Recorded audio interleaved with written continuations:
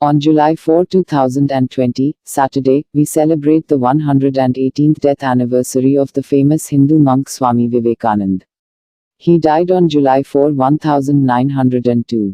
We recall Swami Vivekananda's speech to the world's Parliament of Religions in Chicago, USA, in 1893.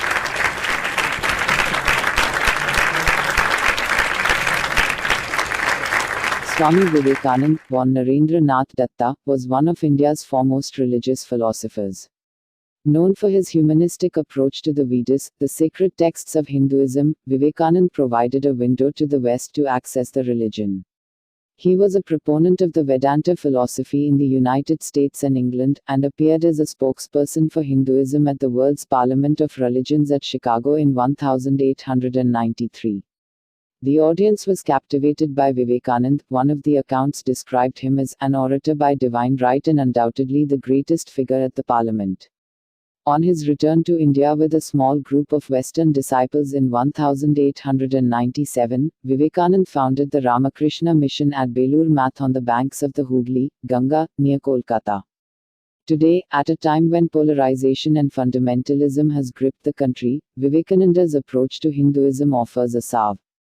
From a pitch for inclusivity to preaching universal tolerance, Vivekanand propagated Hinduism as a safe space that has sheltered the persecuted and the refugees of all religions and all nations of the earth. Today I am going to present Swami Vivekananda's speech in Chicago on 11 September 1893 that put Hinduism on an international platform. Sisters and brothers of America, it fills my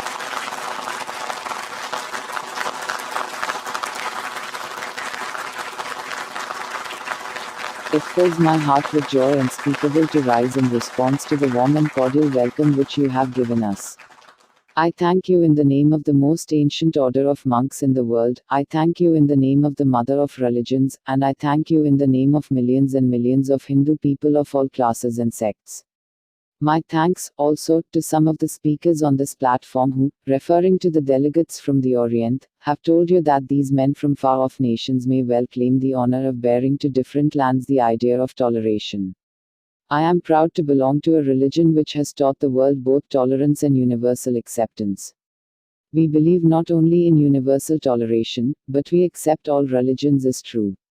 I am proud to belong to a nation which has sheltered the persecuted and the refugees of all religions and all nations of the earth.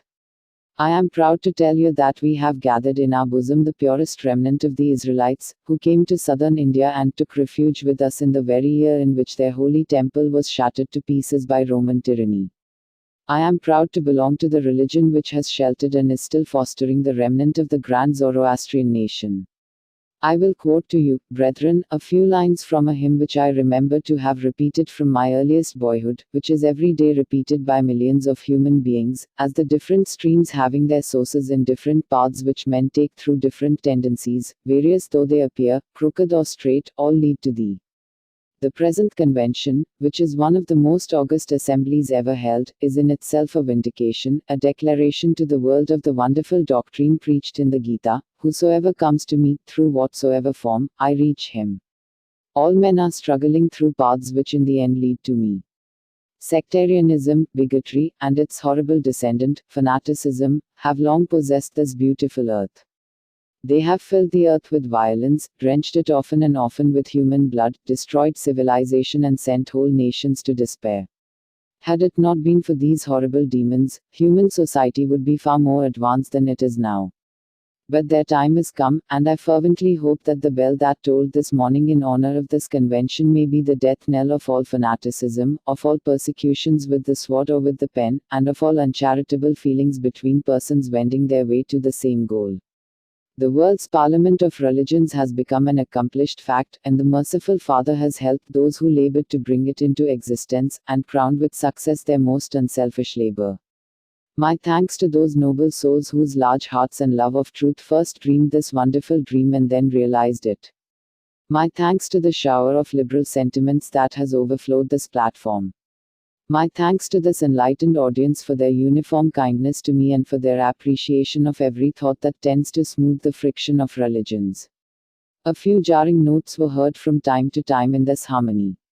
My special thanks to them, for they have, by their striking contrast, made general harmony the sweeter. Much has been said of the common ground of religious unity. I am not going just now to venture my own theory. But if anyone here hopes that this unity will come by the triumph of any one of the religions and the destruction of the others, to him I say, brother, yours is an impossible hope. Do I wish that the Christian would become Hindu? God forbid. Do I wish that the Hindu or Buddhist would become Christian? God forbid. The seed is put in the ground, and earth and air and water are placed around it. Does the seed become the earth, or the air, or the water? No, it becomes a plant. It develops after the law of its own growth, assimilates the air, the earth, and the water, converts them into plant substance, and grows into a plant. Similar is the case with religion. The Christian is not to become a Hindu or a Buddhist, nor a Hindu or a Buddhist to become a Christian. But each must assimilate the spirit of the others and yet preserve his individuality and grow according to his own law of growth. If the Parliament of Religions has shown anything to the world, it is this: it has proved to the world that holiness, purity, and charity are not the exclusive possessions of any church in the world, and that every system has produced men and women of the most exalted character. In the face of this evidence, if anybody dreams of the exclusive survival of his own religion and the destruction of the others, I pity him from the bottom of my heart, and point out to him that upon the banner of every religion will soon be written, in spite of resistance, help and not fight, assimilation and not destruction, harmony and peace and not dissension.